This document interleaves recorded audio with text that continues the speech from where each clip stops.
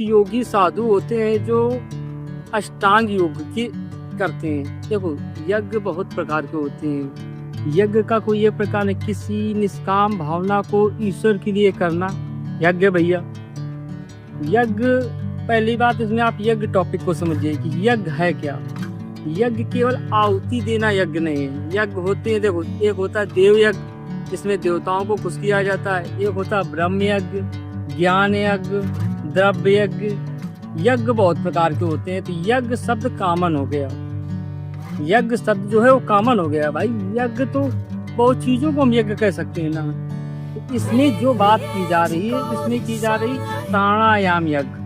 प्राणायाम यज्ञ का मतलब होता है सांसों का सांसों में ही हवन। ऐसी दो प्रकार की होती है, प्राण वायु, अपान वायु। तो कुछ योगी क्या करते हैं कि एक तो संतुलित भोजन करते हैं, इसमें बड़ा नियम है। वो योग के द्वारा मन बुद्धि ये सब स्थिर कर लेते हैं। इंद्रियां योग के माध्यम से ईश्वर को प्राप्त करते हैं। ये सबसे कठिन है ये प्राणायाम है। इसमें ये दिव्य चिकित्सा है। इसमें व्यक्ति दीर्घायु हो सकता है, आदमी लंबा जीवन जी सकता है, रोग मुक्त हो सकता है। एक सुपर कंप्यूटर है हमारा माइंड। तो जो प्राणायाम यज्ञ की बात हो रही है इस श्लोक में, तो इसका मतलब यही है।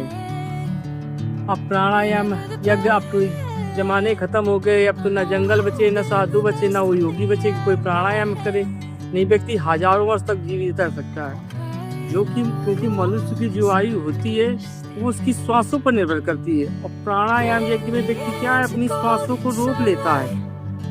भाई अष्टांग योग का मतलब प्राणायाम में श्वासों को सांस लेता ही नहीं।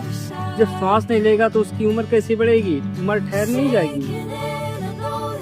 जो लोग जनहित के लिए, कुछ साधु लोग पहले ऐसे थे जो जनहित का काम करते थे लोगों के लिए, तो वो अपना इसी से दीर्घायु हो जाते थे। ना उन्हें डॉक्टर के पास जाने की जरूरत, ना कहीं जाने की जरूरत। आज का मनुष्य ये तो मतलब उस परिवर्तन संसार का नियम है। पहले मंत्रों से लोग चलते थे, अभी यंत्रों से चलने लगे। चीजें बदली, समय बदला। तो समय बदल गया, उस समय का दोष तो दिया नहीं जाएगा। तो इसमें प्राणायाम यज्ञ की बात हो रही। एक होता है द्रव्य यज्ञ जिसमें व्यक्ति दान करता है। ज्ञान यज्ञ को सबसे श्रेष्ठ कहा गया। ज्ञान यज्ञ में व्यक्ति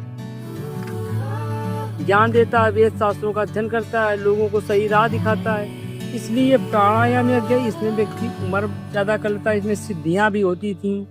जो लोग संसार में ज्यादा समय तक रुककर संसार का ज्यादा कल्याण करना चाहते थे वो उस योग को अपनाते थे। इसमें भी व्यक्ति परमात्मा में स्थित हो जाता है। भाई सोने में, नींद में मतलब और समाधि में क्या अंतर है। भाई सोने में केवल सांसें चलती हैं, समाधि में सांसें भी नहीं चलती। व्यक्ति तो बस उसकी उम्र वहीं रुक गई। और सारे मर्ज जो होते हैं वो भोजन से होते हैं। लीवर, पेट, वो अब जब भोजन करना है, अल्पाहार भोजन है ही नहीं, तो समस्याएं होंगी कहाँ से।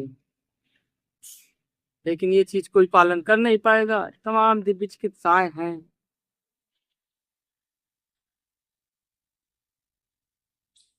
बताओ, आप लोग भी बताओ भाई, प्राणायाम यज्ञ क्या है। आप भी अपनी राय दे। कोई कमेंट भी नहीं आ रहा, ना कोई बात कर रहा। क्या मतलब है भाई, कुछ प्रतिक्रिया दो। 150-200 वीडियो पड़ गए, कोई साइलेंट हो गए देख रहे हो क्या सब लोग। थोड़ी बहुत तो प्रतिक्रिया दीजिए। अभी लंबा सफर है, 700 श्लोक हैं।